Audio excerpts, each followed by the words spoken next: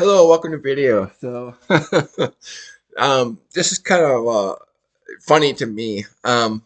So here's a video where Sam, and I have a lot of respect for him. He puts in a lot of hard work, but he's just not very good in hermeneutics. I think he can be better at hermeneutics. Okay, let me put it that way.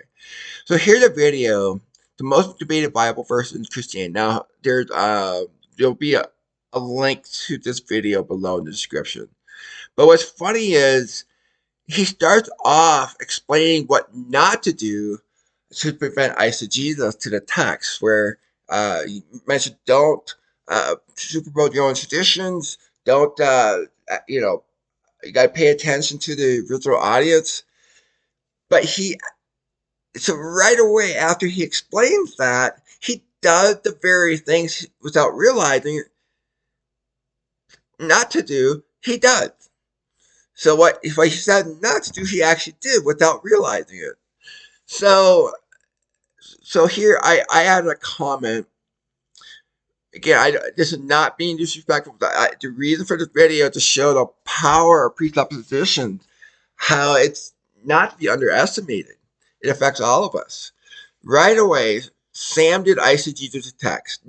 Nicodemus not baffled. The very first sentence that Sam in his argument is that he said Nicodemus baffled.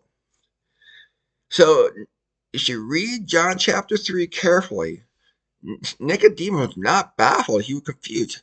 Nicodemus raised the question, can a person be born a second time? He was asking a legit question. When Jesus said you must be born again, he was thinking, oh, do I have to go in my mother's womb a second time?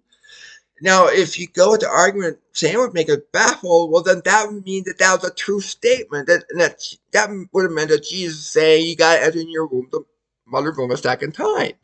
That's not what's going on. And so anyway, Jesus was actually, so we have, when we look at the text, when there's already a primary audience given, you have to ask yourself what was going through their mind. What led up to that conversation? You have to look at it from a third person perspective. Okay? So it's stated to be born of water, which is first time in mother's womb. We are over 75% of water when we were born the first time. And of the spirit, which is the second birth, the born again. Uh,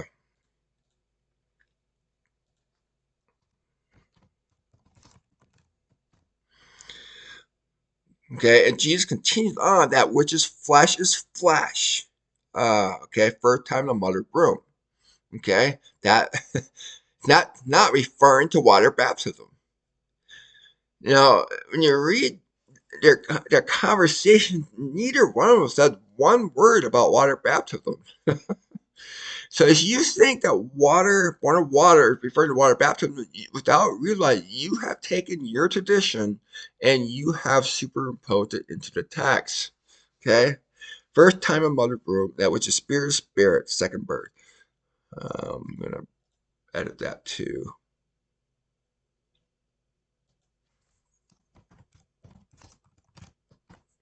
Then continued on with John 3:8 about the second birth. So where Jesus mentioned it's like the wind. You don't know where it's going or where it's coming from. So is everyone born of spirit.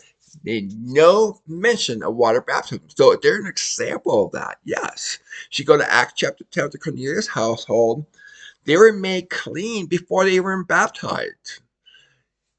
The Cornelius was seeking the Lord, not knowing his name, before he was even baptized. It wasn't until he was baptized where the name of Jesus was identified and explained to him, the gospel by Peter. So he had already experienced the second birth before he was even baptized. He's already made clean. You know, Titus chapter 3, verses 5 through 8.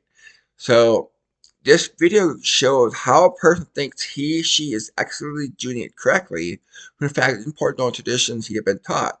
The very thing he said not to do, he does. Nicodemus nor Jesus said a word about baptism point, but Sam posed it into the text. Okay? So, anyway, the purpose of video, and it's probably going to fall on deaf ears, but it goes to show the power of exegesis. And that's why we need to study hermeneutics. Anyway, thank you very much for watching.